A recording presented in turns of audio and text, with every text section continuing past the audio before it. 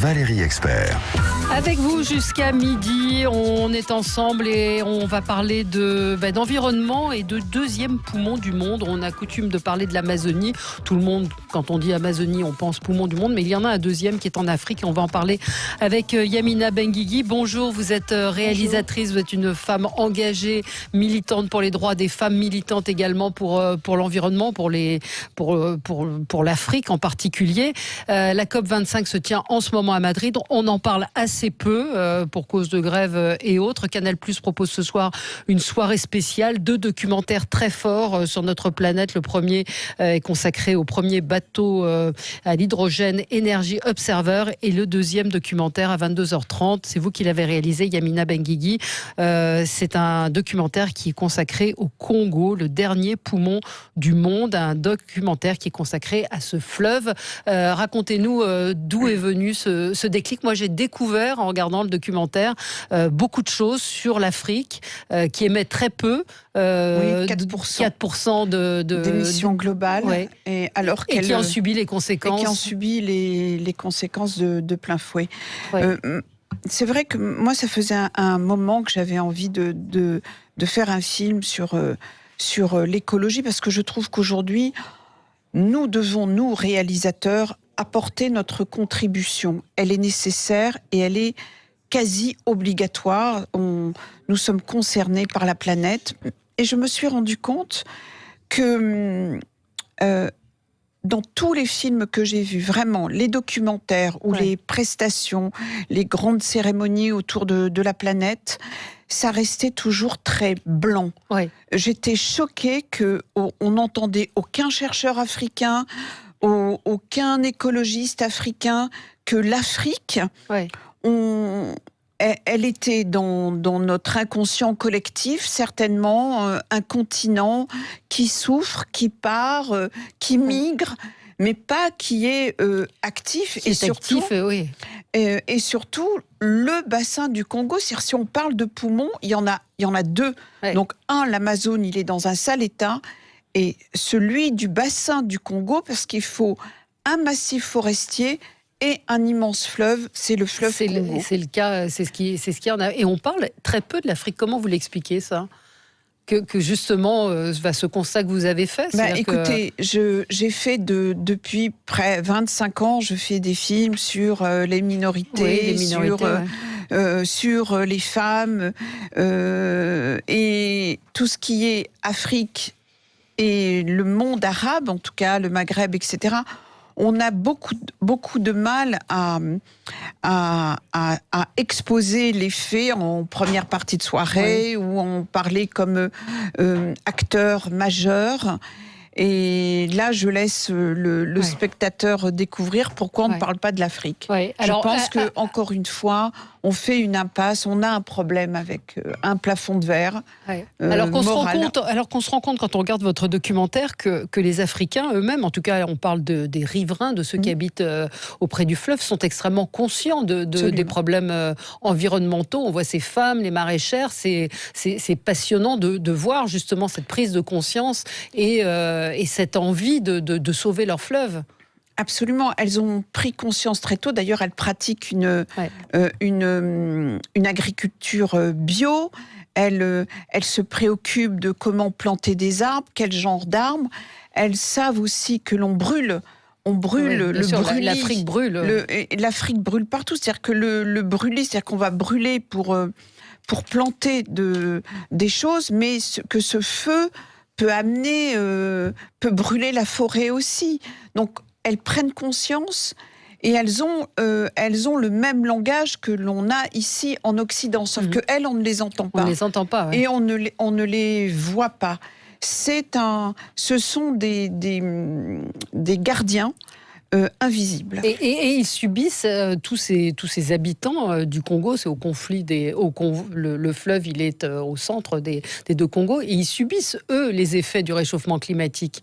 C'est tout ce que ramène les vents, je veux dire, le CO2, il est à la fois ramené et il est stocké, parce que c'est le plus grand massif forestier du monde.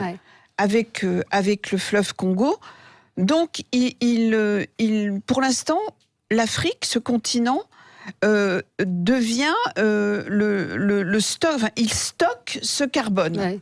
Mais si demain cette forêt s'ouvrait, et alors, Eh ben, tout ce carbone, puisque si on peut parler de la tourbière, je absolument, veux dire, c'est ça, j'ai découvert ça. Fin 2017, on a découvert dans le bassin du Congo, donc sur les 2 Congos, le Congo-Brazzaville et le Congo-Kinshasa, la plus grande tourbière du monde, qui est grande comme l'Angleterre et qui stocke actuellement 30 milliards de tonnes de carbone.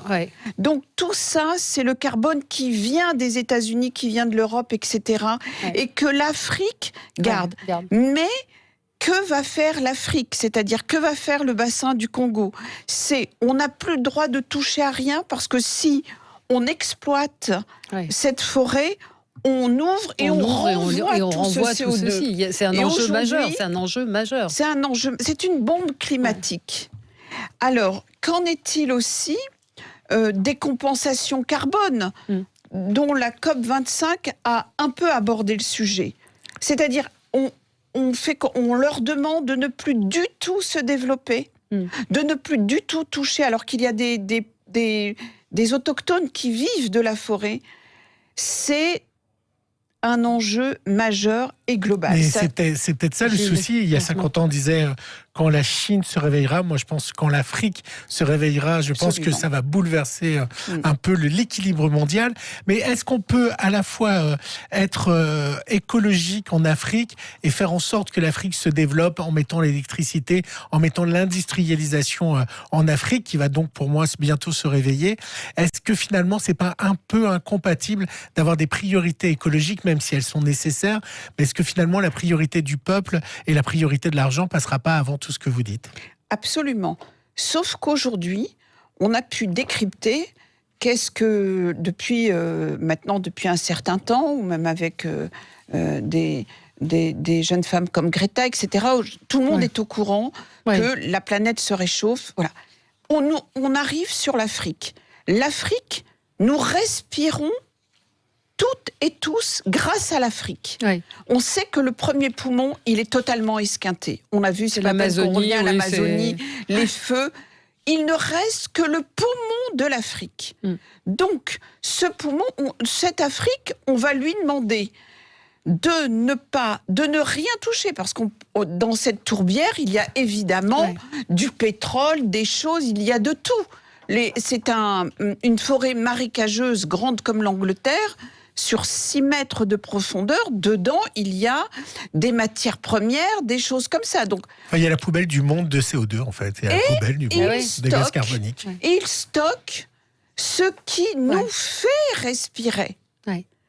Donc, c'est une nouvelle donne. Et si ils libéraient ce carbone parce qu'ils vont exploiter leurs forêts, c'est nous qui allons être en danger. On fait quoi alors pour qu'ils se développent? Non, mais ce film pose cette question. C'est-à-dire que nous devons aujourd'hui, si nous pensons une seconde que ce qui se passe en Afrique ne nous regarde pas, c'est assez terminé. Oui, mais vous voyez bien ce qui se passe en France en ce moment avec les retraites. On n'arrive pas à financer notre propre vie à nous en Europe.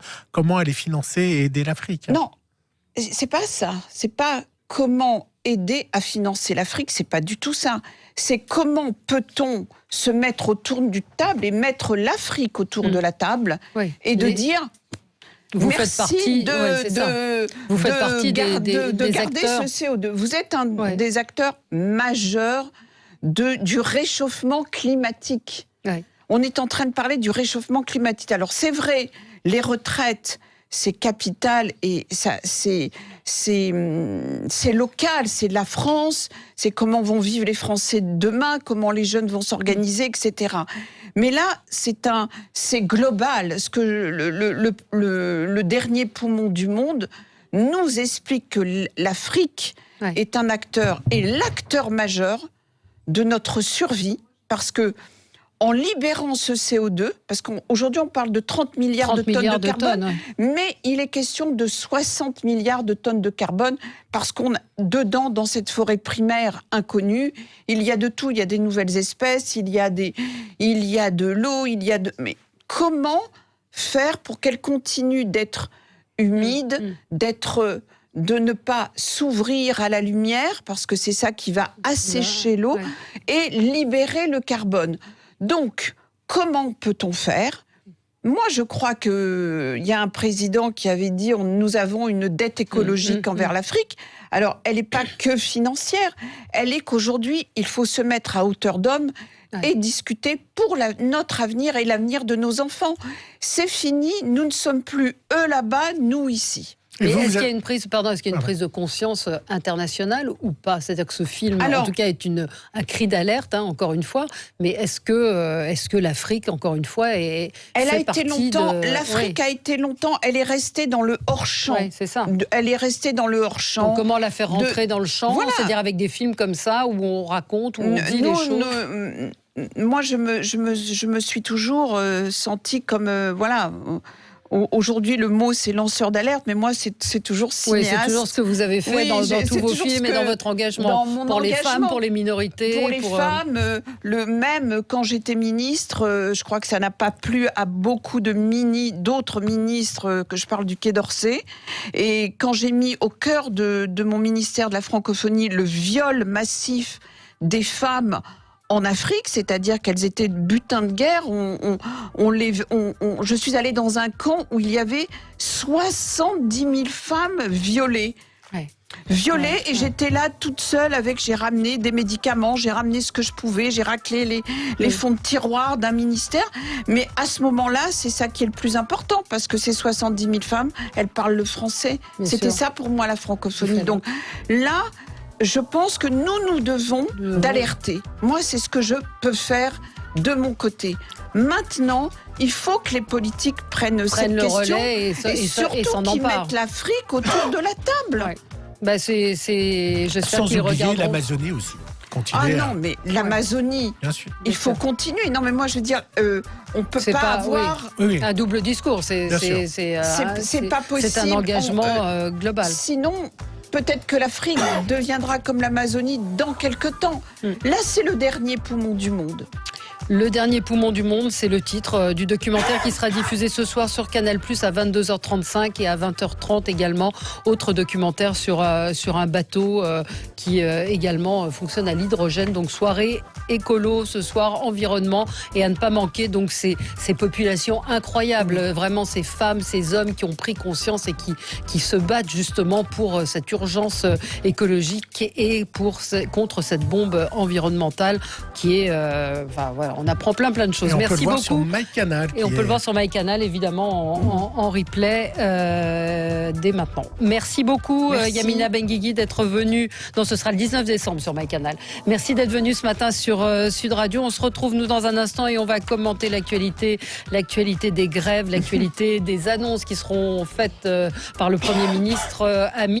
À tout de suite sur Sud Radio.